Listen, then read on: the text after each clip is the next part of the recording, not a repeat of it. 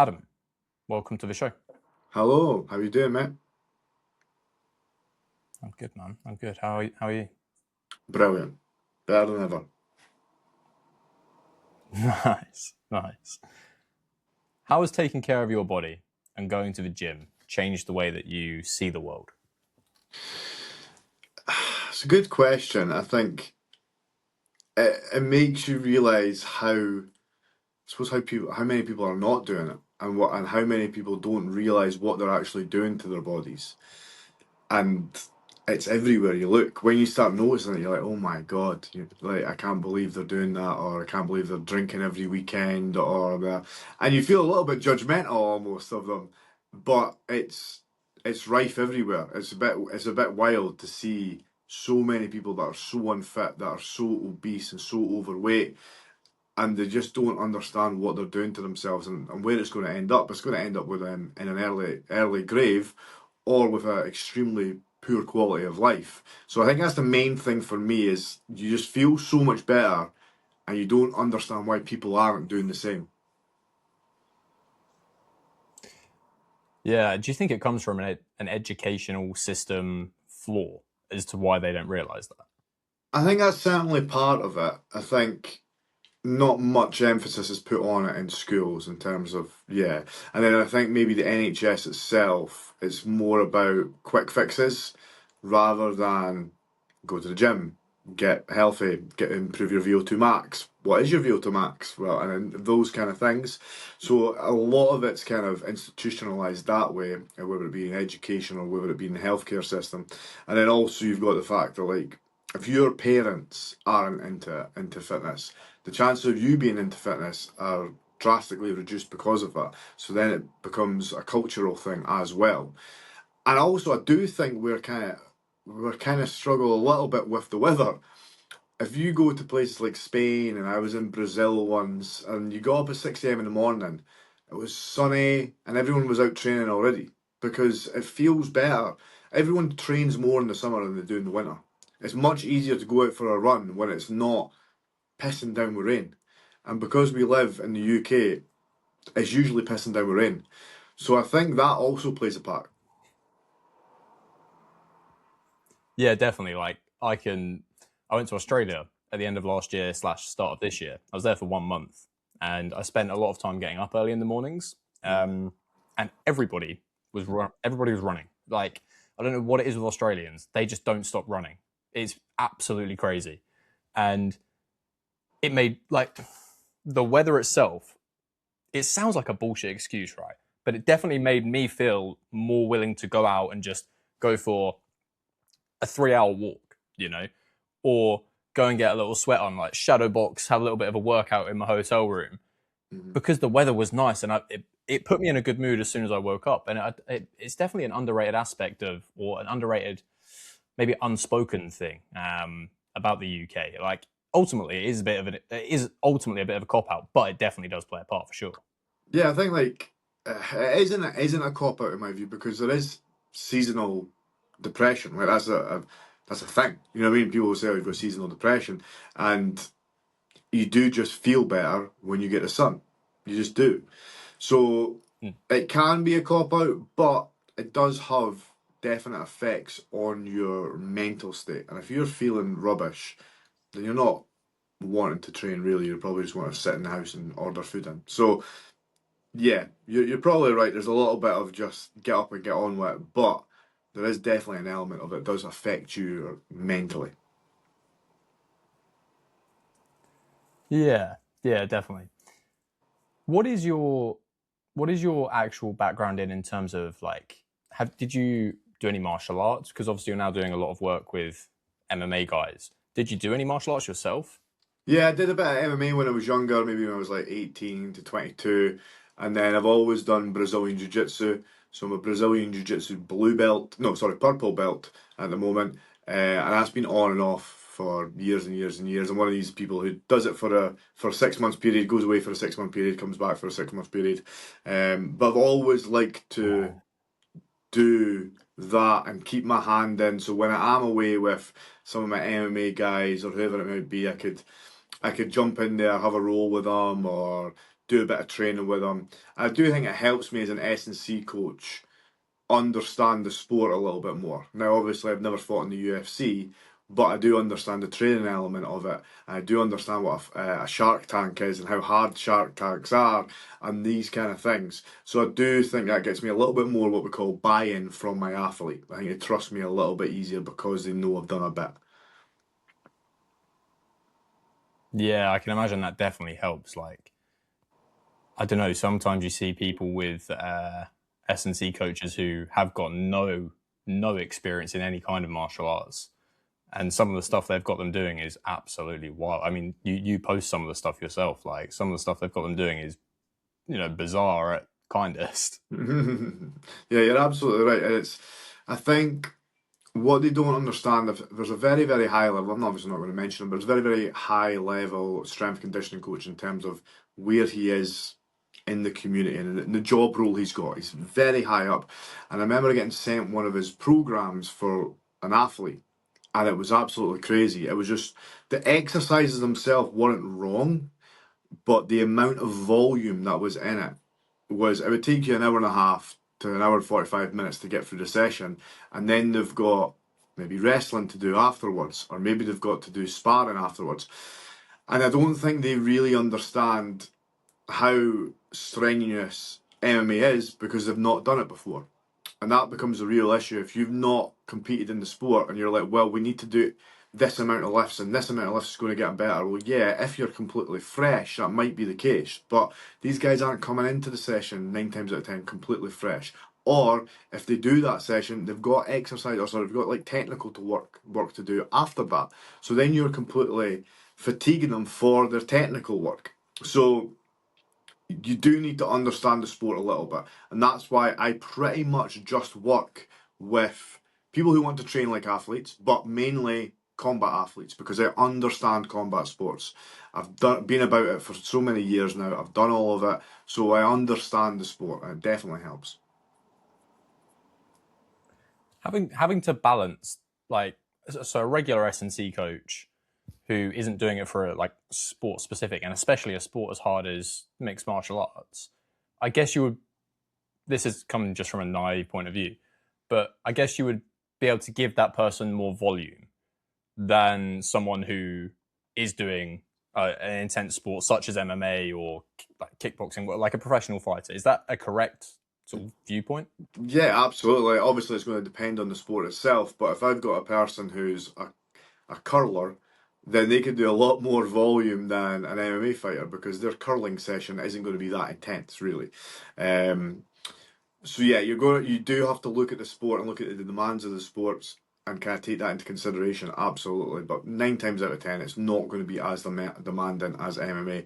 Most MMA fighters will do two sessions per day. Paul Craig used to do 3 sessions per day some days. So that has to definitely be taken in consideration. Whereas if you look at a footballer, they only do maybe an hour and a half in the morning, and that's pretty much it. So they could get away with doing more volume in the gym. And so, would you recommend doing your S&C before or after training? And does that differ depending on what the specific training session is that they're doing that day in terms of the martial arts session? So we always say we want like at least a 6 hour gap in between sessions, but realistically, that's not always the case, right? It can't. That's maybe the perfect world, but we don't live in the perfect world. So what I get most of my athletes to do is I want them to do the technical session first, and then they do their strength conditioning, if possible, because if you're not of a high level, if you're doing a strength conditioning session, it's going to completely take it out of you for your technical session. And the technical session is always the number one thing. I, as a strength and conditioning coach, work around my athletes' technical sessions.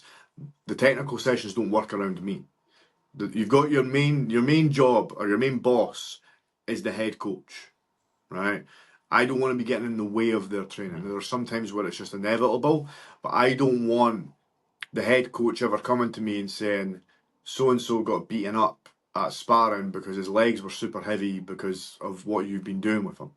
So Usually it's technical work, then S&C if possible, or have a 6 hour window, or at least 4 hour window in between the two. That's a really interesting point there. Do you ever struggle with the relationship between yourself and their, as you say, like the boss, the head coach as such? I have done in the past. I'm in a very fortunate position now where most of my athletes train with James Doolan at higher level. I mean, James get on very well, and I've known James for a number of years now, so I don't really have that issue. But previously, yes, there's a few boxing coaches that in my early days that I had issues with, and you try and best broach or kind of approach that subject the best way you can, but if they're very old school boxing coach, which this guy was, there's only so much you can do. If they're completely dead against strength and conditioning, they're not going to like you as a strength and conditioning coach. That's just the way it is. But what you can do is you can win over the athlete, and you can show the athlete the results they're getting. And see, look how much you've improved here. Look how much are you feeling better? Yeah, I'm feeling great. Well, there you go. All this kind of stuff. The head coach will never say, "Oh, he's looking much better," and it's because of the S&C coach, because a lot of them just don't want to kind of give you that praise if they're dead against the S&C. So you've got to kind of approach people in different ways. What I always say to other S&C coaches is don't go in trying to change everything all at once.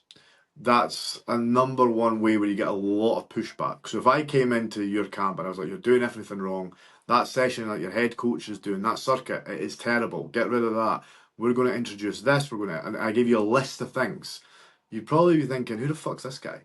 Like if you're a new S&C coach. Now I might be of the level now, or might have the kind of reputation now where they trust me a little bit more because of all the people I've trained. So that might be okay.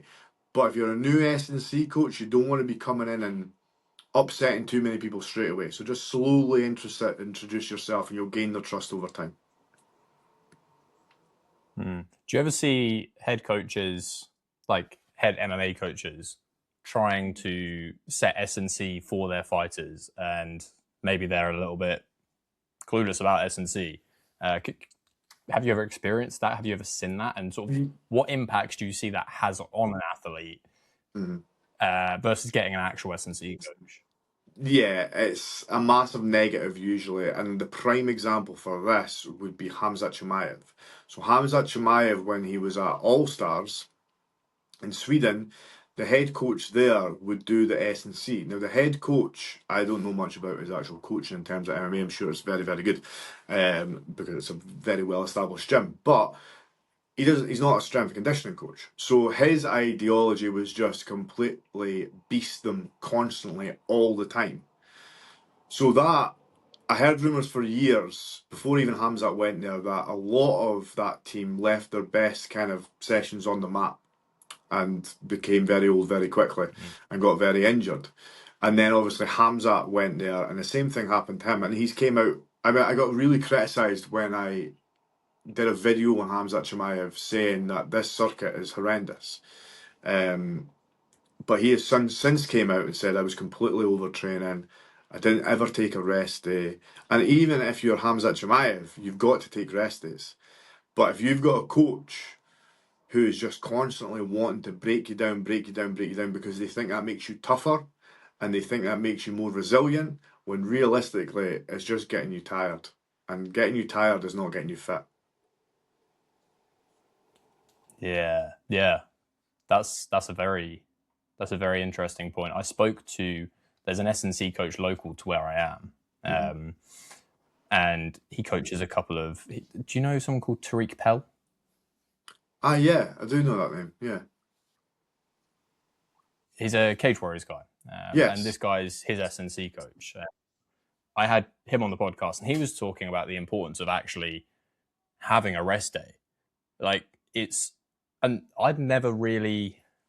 I'm not a fighter, but I still train and I try and push myself. And I was like, I just need to push myself harder and harder and harder and harder. And he was like, well, if you do that, you're not actually pushing yourself hard because you're slowly just like deteriorating what your 100% is. Whereas if you take a rest day, then you have a hard session, you can actually give 100%.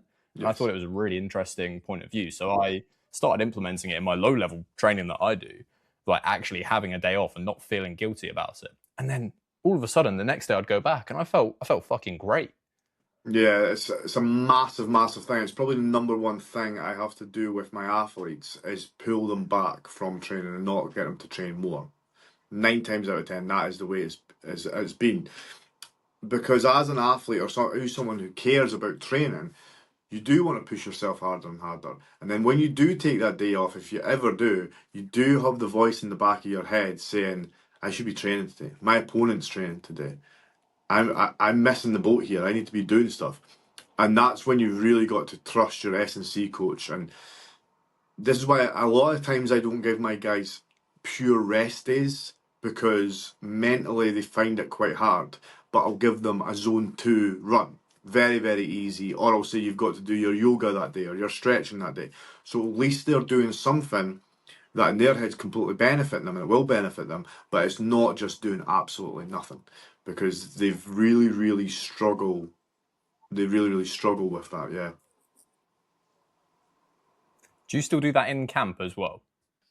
In camp, yeah. In camp, we use like subjective markers and objective markers. So a subjective marker is just literally me asking them, how are you feeling today? Yeah, I'm feeling a wee bit tired. Or are you motivated to train today? Because most people, athletes, will want to train. The training is the fun part, right?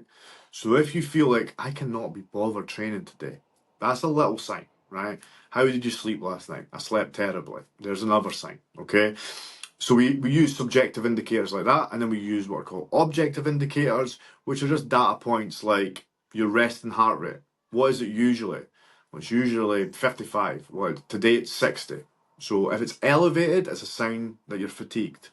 HRV, or heart rate variability, is usually the one we use, and this is what UFC fighters use. And that's basically, it's just another data point. So there's another objective data point that lets us see if you're fatigued or if you're not fatigued. So we use that a lot in camp, especially. And they still have like a good amount of rest days in camp as well. Is that what you're saying? Yeah, so we'll plan out the week. We use something, well, I use something with my guys called the traffic light system. They always plan their week out in advance, and they'll write down the sessions they're meant to be doing that week, and they'll categorize it into green, meaning easy session, amber, meaning somewhat hard, red, meaning hard sparring session. We'll take a look at that, and we'll see, right, how many sessions are you doing per week? How many red sessions? Have you got too many red sessions back to back to back? That's not a good sign. That's going to lead to overtraining and just being injured usually. So we have a look at that, and then we go, like, where are your rest days? Now, most of the time, we will have one full rest day and then one evening rest. That's how it works out. If we're doing 2 a-days, they'll still train in the morning. Say it's a Wednesday AM, they'll still train that morning. But Wednesday PM, it's a session off. They don't do anything. And then on Sunday, it's a complete rest day. But that changes as the week goes. You've got to remember that the timetable can't be rigid, because I always say stress is stress. So if you feel completely fucked by Thursday and your rest day isn't Sunday until Sunday, and you're like, oh, well, the program says I've got to, just have your rest day on a Friday or the Thursday evening. You're absolutely fine to do that, because you might have had terrible sleep. You might have been arguing with your partner. You might have been, the kids are going mental. You might have mucked up your diet, whatever it is. And that is meaning now you're overtraining, you're under recovered. So don't be too rigid with your timetable. Make sure it's fluid and you can move it about a little bit. But understand those kind of premises and those protocols of the traffic light system, of having rest, of your HRV and your resting heart rate. Yeah, I think listening to the body, like the average person, or maybe the below average person who's like let themselves get to a point where they're really unfit, really out of shape. If they listen to themselves a little bit, they would probably end up not really progressing. But if we're talking about someone who's already pushing themselves and is really hard on themselves mentally, I feel like listening to the body is pretty sound advice. Like if your body is, you know when your body is like, okay, I need a minute here, I need a rest. And I think, I don't know, from my unqualified point of view, I think that's such an underrated tool. Yeah, absolutely. You're right. It's going to be different for general population than it is for athletes, especially if you're just not used to training. You might that voice in your head saying not to train or I'm tired might not be the right voice to listen to because there needs to be an element of grit and determination when we're talking about training. But if you're a highly trained athlete and you're saying I'm tired today, then listen to your body because it's gotten you so far. You're a highly trained athlete. You're going to be tired. As 9 times out of 10, you're right in what you're saying. So there's no need to push through that session. It's only going to make you more tired.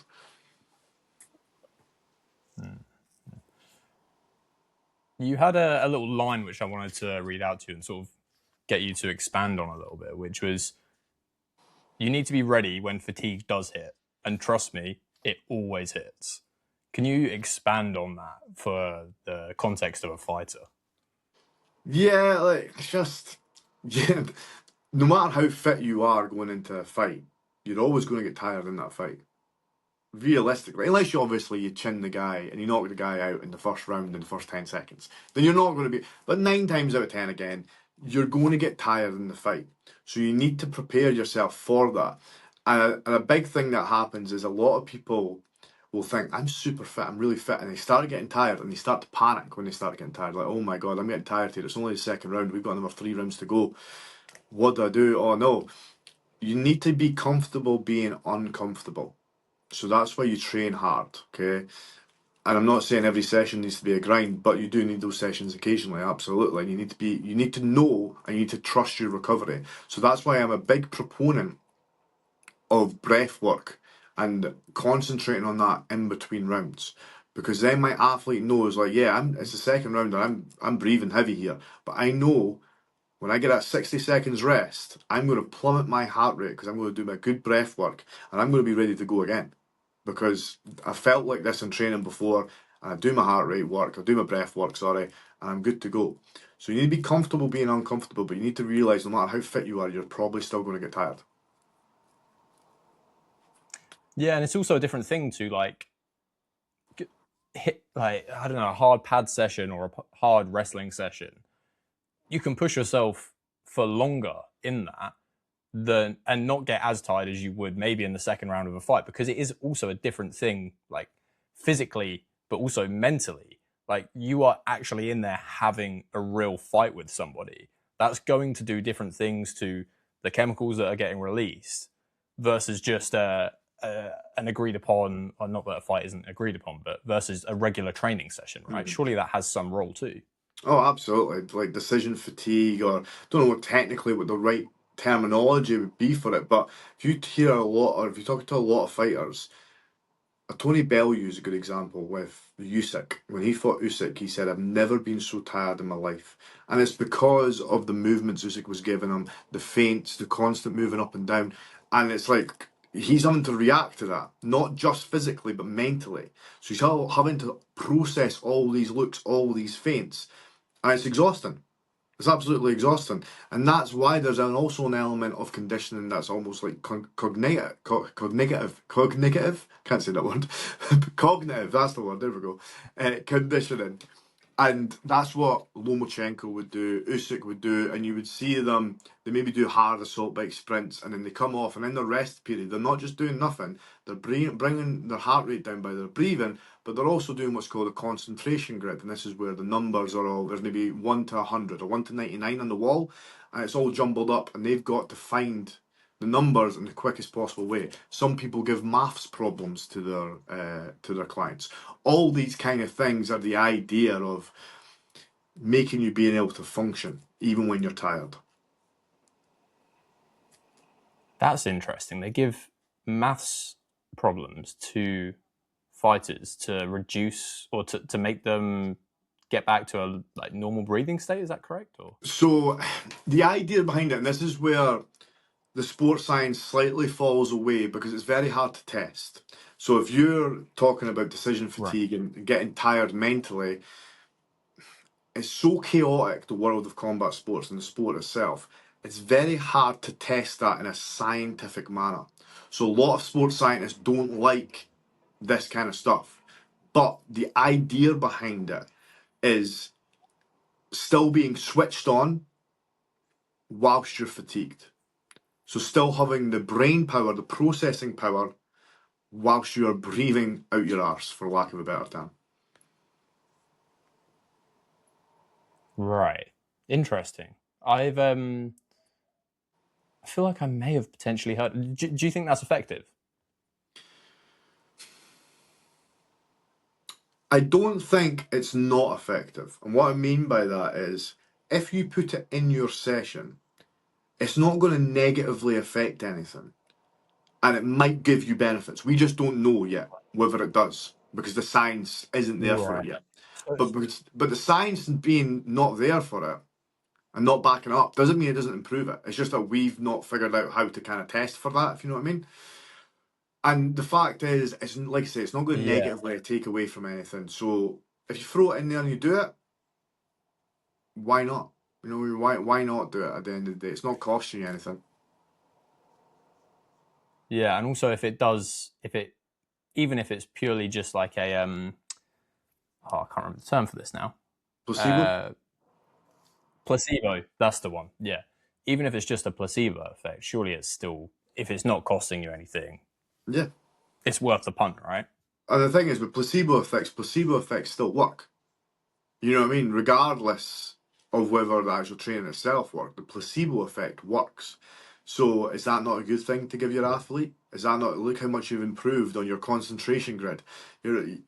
You've done so much better, and they're like, oh yeah, I'm so much more switched on when I'm sparring. Blah blah blah blah. It might just be a placebo effect, but who cares?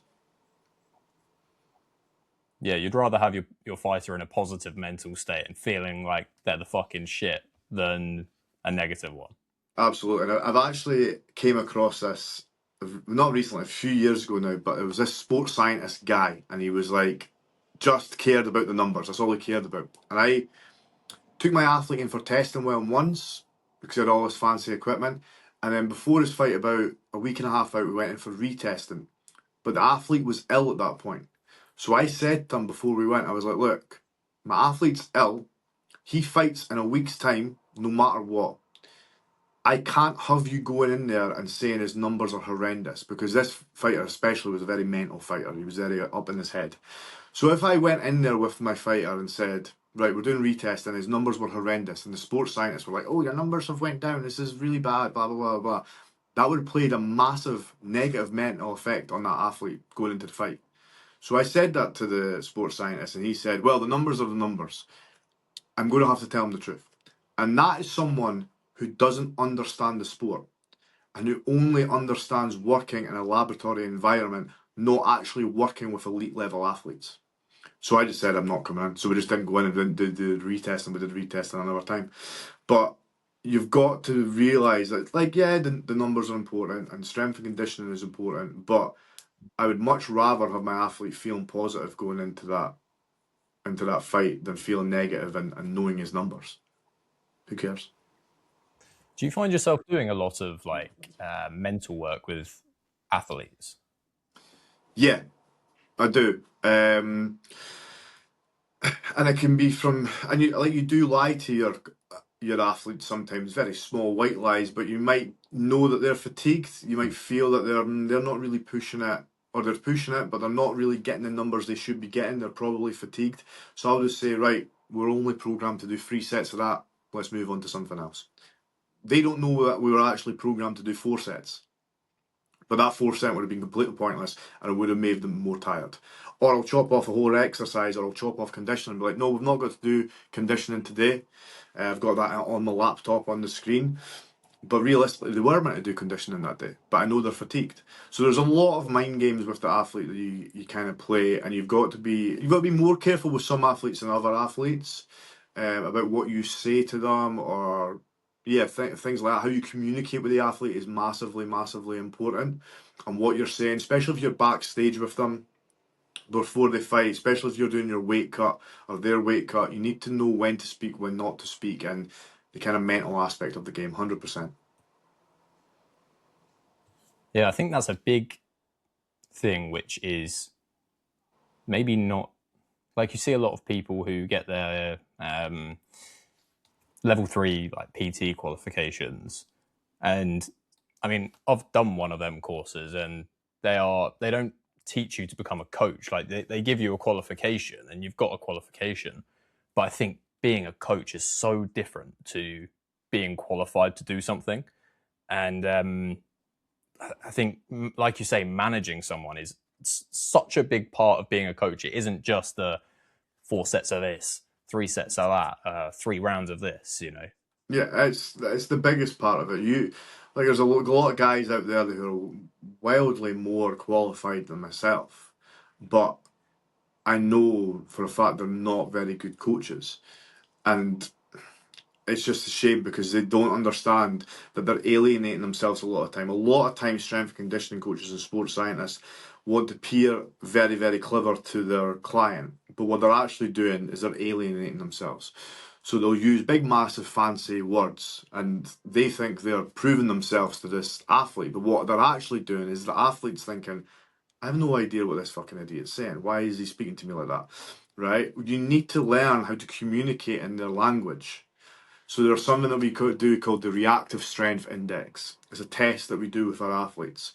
Now I could tell them that this is about how quickly you come off the floor, and this is called the armatization phase. And the armatization phase is where go into all this, right? But what I'm actually going to say to them is this is going to help you get in and out of the pocket quicker.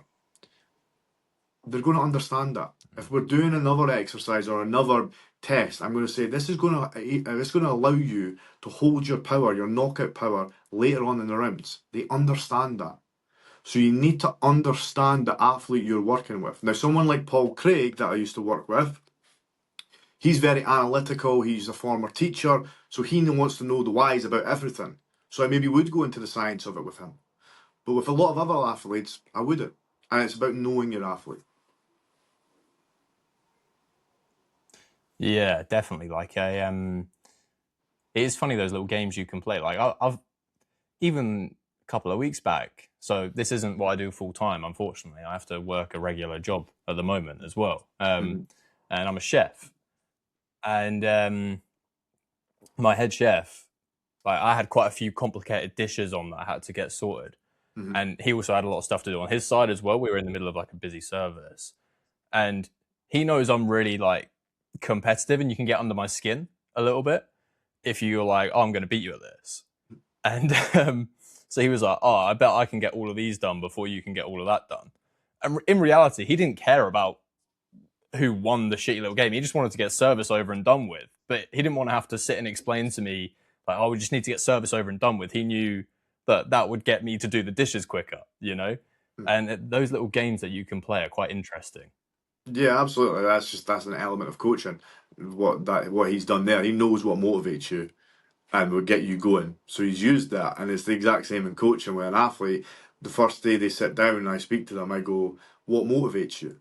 Is it money? Do you want to make tons of money? Is it your family? Is it legacy? Is it the championship belts? What is it that motivates you?" So then I could use that when we're doing the assault bike sprints and we're going for it. I'm like, remember that 100 grand we're fighting for? Blah blah blah blah blah. You know what I mean? I could use that. Or I ask them, who's your favourite athlete? If someone tells me their favourite athlete is Sean Strickland or Mighty Mouse or GSP, that shows me two completely different people. They're completely different people, right? So I know if they're more Sean Strickland, I know kind of more what they're like. Where if there's more Mighty Mouse, they're maybe more analytical, they're more the martial artist. GSP, same kind of thing. So those are little tools that I would use with my athletes to try and find out who they are and what motivates them the most. Is that the sort of thing that you've like picked up over the years? And do you feel that maybe having like I feel like that really speaks to the importance of having those experienced coaches that have got the years in the game. And that's not me talking shit about like younger, newer people into coaching, because like I'm only 23 myself, right? Like I'm not talking shit about young people, but having someone who's got those little tricks and has that experience and has been there, that must be so important. Yeah, like it's easy for me to say now because I've maybe been about a bit and I've been in the game for a wee, like coming up on 10 years now, but it does help. It definitely does help because I've now came across situations where I've maybe came across them previously, so I know how to deal with them better. So there's experience is a massive factor. Now, don't get me wrong, you could be 20 years in the game and still be shit, right? And likewise, you can be 2 years in the Yeah. game and be absolutely brilliant. So it's not as black and white as that, but it does help being in this situation. And also just I remember being very conscious about being backstage at the UFC in terms of how I was acting and just being around fight week and stuff like that, because I remember thinking, don't look like a fanboy here. Even though inside I was like, oh my god, that's so and so, that's Cody Garbrandt, there's Michael Chandler over there. And I could easily, if I was in fanboy mode, go over and get pictures with him. But then that sends a message to your client that you're with. And that message is, he's not the most professional. I've not got a professional guy around me. Look at him, he's acting like a fan right now. It's not the correct message to give. Now that I've done it a few times, I don't really have those kind of, oh my god, that's so and so. You still do a little bit, like when you see a Conor McGregor or an Alex Pereira, you have that a little bit because you're fans of the game. But that's also a massive thing, how you act in those situations, and that can come with just experience. Yeah, definitely. That's an interesting point. Like with the, if you're there for a lower level guy, but then there's these big stars in the room, and you're going over and like, fanboying, that definitely does send a strong message of like, hey, you can fuck off for a minute, mate, whilst I go and get some selfies. Yeah, it doesn't look the best, does it? So I remember being very conscious of that, and I've never asked for a picture with a UFC fighter yet, and I'm not gonna. That's my goal. If you could give someone who wants to do what you're doing a few pointers and like key things that they should focus on, what would that be? The first thing you need to do is you need to follow the good experienced people in your field. So for me, when I was coming through, and still to this day, it's people like Gav Pratt, who runs the UFC Performance Institute. It's people like Danny Wilson, who's from Boxing Science down south in Sheffield, or south for me anyway. And these kind of people, right? You need to be following these people and see what they're doing, see what they're working with, what's the new stuff that's coming out. You need to be constantly evolving. If, like we mentioned before, you just learned your level 3 PT course and you think you've completed it, like strength and conditioning completed it, mate, you're always going to fail because you're going to get overtaken massively. So you need to keep on evolving. From a business perspective, what you need to do is realize that nowadays social media is key, and you need to put out what you want back. So if you put out, say you've got 5 weight loss clients, if you keep on putting out weight loss clients, but you're trying to work with athletes, well, you're advertising weight loss, so you're just going to get that back. So what you need to do is bring in athletes and create as much content around that as possible. Now you might be asking, but Adam, what if I don't have any athletes? So this is what you do. You DM them, you cold DM them. This is how I got Paul Craig. And you just speak to them. Do you want to come in for a free testing session? And I'll write your report. The only thing I ask is that we record it. Yeah, that'd be great. Or maybe you use what we call a micro influencer in your surrounding area. This is what I did right at the start of my career. I picked 2 fighters, one MMA and one boxing, who were very well known in my city, and I said, I'll train you for nothing. Because I knew what I would get is when people see them training with me, they'll go, oh, I want that. It's just what happens. So and so's training with Adam. I want to do that too. And then you get testimonials off the back end of it. Then you actually are going to fights and you're building that experience. Yes, you're not getting paid for that, but you will get paid eventually because you're going to get more fight clients coming in or more athletes coming in, and that's what you want at the end of the day. So I used to have like my general population of my weight loss clients to kind of pay my bills essentially, and I used to have these 2 guys, but 90% of what I was posting was these 2 guys that weren't paying my bills, but they were getting me going. And that's what I've suggested do. Use social media as much as you can. Get good on social media, and also put your services out there for free at first. Sounds like there was a lot of sort of like hustle and grind and giving up what you wanted in the moment for the future goals. Yeah, like when I quit my job, I used to be a prison officer, so I quit my job. It's a very stable job in terms of, I know I'm not going to get sacked from this job. You're a civil servant, so you're not getting sacked, you're not getting laid off. So I knew how much was coming in every single month. And then you go from that, and you go from, wait a minute, if I don't do anything here, I don't get paid any money whatsoever, and I've got a mortgage. Like, so that, a lot of hustle comes from necessity, but sometimes you've got to make that jump, and you've got to throw yourself into that situation where it is a necessity, and there is a massive leap of faith. But I always found if I did make that leap of faith, whatever it may be I'm doing, you end up hustling harder and you make it work for you in the end. There's a quote that if fear is the only reason not to do something, it's not a good enough reason. Yeah, that's there's a do you know a guy called Chris Williamson? Yep. He was talking about how sometimes people's situations would be better off if it got a little bit worse because it would force them into action. So, like, a very sort of typical example is sometimes it would be better if you got laid off from that shit job because it would force you into taking some action to go and get the thing that you actually wanted to get instead of just sitting in that comfortably numb spot of knowing what you want to, like knowing how much you're going to get in each month to pay the bills and just about get by, where you are just comfortably numb. But it would be better if you actually got laid off because it would force you into doing the thing that you want to do. 100%. And I remember exactly what you're talking about. I remember that clip and seeing that clip of him saying that. And to be honest, I was in that exact situation, not in a business sense, but in a personal sense, in terms of my relationship at the time, was probably like a 6, then it maybe be a 7, then it'd be maybe a 5, then it'd be a 6 out of 10, right? And it was like that for years, where it's not bad enough to break up the relationship, but it's not good enough where you're wanting to get married or have kids or anything like that. And it's only when you break away from that that you're like, wow, it's completely different when you're in a different scenario and it's more 8, 9s, 10s out of 10. It's completely different. So I think that's absolutely right, but it doesn't just apply for business, it applies for your personal life as well, correct? Yeah, 100%. I think that, like, a lot of people could really benefit with I don't know, like it's a weird one, isn't it? Because you don't want people to go through shit and suffer, but from my own personal point of view, like I've only got better by having bad stuff happen to me. And I think that it's such an invaluable lesson. I fucking love Chris Williamson. Like his perceptions on things and sort of insights are like they've changed how I think for sure. It's crazy.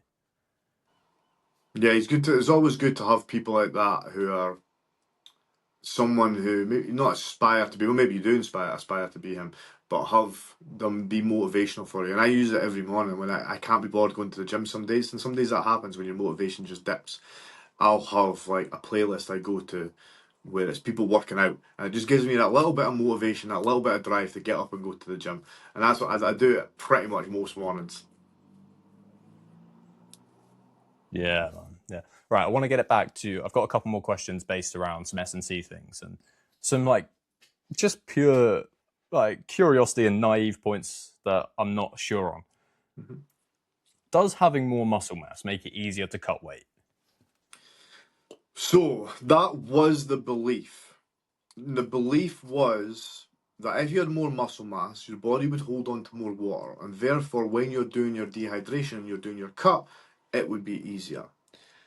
Now, I've heard that that is not the case, but unfortunately, the answer I'm going to have to give is I don't know, and I'd have to speak to a nutritionist about it. The person I usually go to is Lee Rickards from Boxing Science. That's who most of my guys work with. And he would be able to have a better answer for us. But that certainly was the belief, but I don't know if it's the current belief. I think that might be changing somewhat.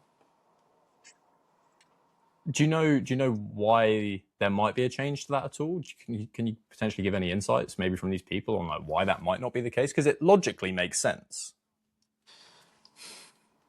No, I can't. I honestly don't know why, because like yeah, in my head logically that makes sense as well. So I don't know why it's not the case, but I don't want to speak out of turn and say it definitely is because I've heard that it's not, but I haven't delved into it too much. I'm now at the fortunate position where, again, most of my athletes will work with a nutritionist. It used to be the case where I would have to do the cut and stuff for them when I was starting out. I would have to do the weight cut for these guys. Fortunately, I don't have to do that anymore because I've got a nutritionist dealing with it, thankfully. But it does mean that I'm not on the cutting edge of that stuff now. Yeah. Okay, so my second question was still related around sort of muscle and that. Mm-hmm. So it might not be you might not be able to help me here, but I feel that you might be able to help me a bit better with that one. Does being more muscular fatigue you faster? So, yes, it does. If you look from a very basic perspective, if you've got more muscle, there has to be more blood flow going to that muscle, which therefore is more taxing on the body. So you need to make the muscle that you are or that you're developing or you're using functional muscle. Now, again, all muscle is functional muscle, right? If you increase your bicep size, it is functional. It's not like it's not doing any work. But where do you add more bang for your buck? It's on the posterior chain. So everything behind you. There's a saying in strength and conditioning: the front is for show, the back is for goal. So when I want to add muscle to an athlete, that's where I'm adding the muscle. The glutes, the hamstrings, the lats, the upper back. That's where, and the core. That's where I'm adding the muscle. But also, there's going to be a point of diminishing returns. Now, if you get so jacked, right, that you're just like walking around like a bodybuilder, yeah, it's definitely going to negatively affect you. But realistically, if you're an athlete and you're doing MMA and you're not doing bodybuilding workout, you're doing proper strength and conditioning work, it's not going to happen to you. It's not going to happen where you're going to get so muscle bound that you are now so really fatigued and things like that. That's not going to happen. And I've never had that happen with an athlete where they've also like outgrown the weight class. That's never happened either, unless they're taking copious amounts of steroids. Yeah, I do think it's still potentially an important message for people who are maybe just getting into the sport in terms of how to focus your training, maybe not on, like you say, the bodybuilding style workouts and actually getting a proper program in place, however. Yeah, like if you're training like a bodybuilder, why? Because you're not optimizing your strength because bodybuilders aren't the strongest people in the world, right? You're not optimizing your speed because they're not the fastest people in the world. You're certainly not optimizing your conditioning, and you're going into the gym with DOMS or delayed onset muscle soreness. Basically, your muscles are sore. So if you're doing a legs day and then you go into sparring the next day, good luck. Someone leg kicks you, you're going to be on the floor crying. So you need to remember what you are training for. You're training for MMA or you're training to be an athlete. If you're training to be an athlete, then in the gym you should be training like an athlete. It's as simple as that. So the programs that I create are all based on training like an athlete. And it's you do plyometrics, which is your jump training. Next session we'll do some ballistics, which is your medicine ball throws. We'll do some strength work. We'll do some accessory work, and then we'll do our conditioning. That's the basic premise of training like an athlete. So don't train like a bodybuilder. Yeah, for sure. How many hard days would you set in a week for a fight? So I mean, like an actual would you refer to it as like a red zone session? I'm not sure how you'd refer to it, but Yeah, so again, that is going to be completely dependent on your scheduling and you in terms of what you do. So you said you're a chef. That might be slightly different. I know chefs work a lot of hours though, right? So yeah, I only work about 30 a week, but yeah. right, okay. So that would be different, right? So you only work 13, but a head chef might be working loads of hours, you know what I mean? Or I've had trained scaffolders before. So a guy who's a scaffolder is going to be coming into most days absolutely gubbed, very, very tired. So I'm not going to give them 5 red sessions a week because they're not going to be able to handle it. So there isn't a right and wrong. But again, it's going to have to be playing it by ear a little bit. Let's put 2 red sessions in this week or 3 red sessions in this week and let's see how I feel. Okay, I managed to deal with that. Let's maybe go 4 the next week. Okay, I managed to deal with that. 5, oh no, 5 was a bit too much. I didn't want to do 5. So let's maybe just go for 3 sessions, 4 sessions, depending on how many times you're training a week, obviously. But that's what I would suggest to. It's just going to be trial and error. You're going to have to figure it out depending on everything. Like I say, sleep levels, nutrition levels, stress levels in your life. And again, it's not fixed. So you might want to have 3 sessions, red sessions that week. You might just have to change it and only have 2 because you're very fatigued that week. Everything's undulating all the time. Yeah, I definitely see, like I say, I'm not an actual fighter or anything, so I don't want. Some people on the internet think I talk like I'm a big fucking fighter. I like to make sure everyone knows I'm not. But what I see around certain gyms is they always like to just go fucking harder and harder and harder in the actual sessions themselves. And I think like in the actual martial arts sessions, and it's not the same as SNC, but I think it relates over in that like sometimes it is good to still train and still train with purpose and focus, but sometimes it is also good to be like, right, we're actually pulling it back a little bit today, guys, instead of constantly pushing it and going like a fucking maniac in these sessions. No, 100%. And there's very easy ways for athletes to do that in terms of in their session. You might find that you're thinking you're okay, but then you start that session and you're like, oh no, wait a minute, I am very tired today. So what you want to do is maybe you look around the room and you go, right, this guy's crap, he's a white belt. I'm going to spar with him next.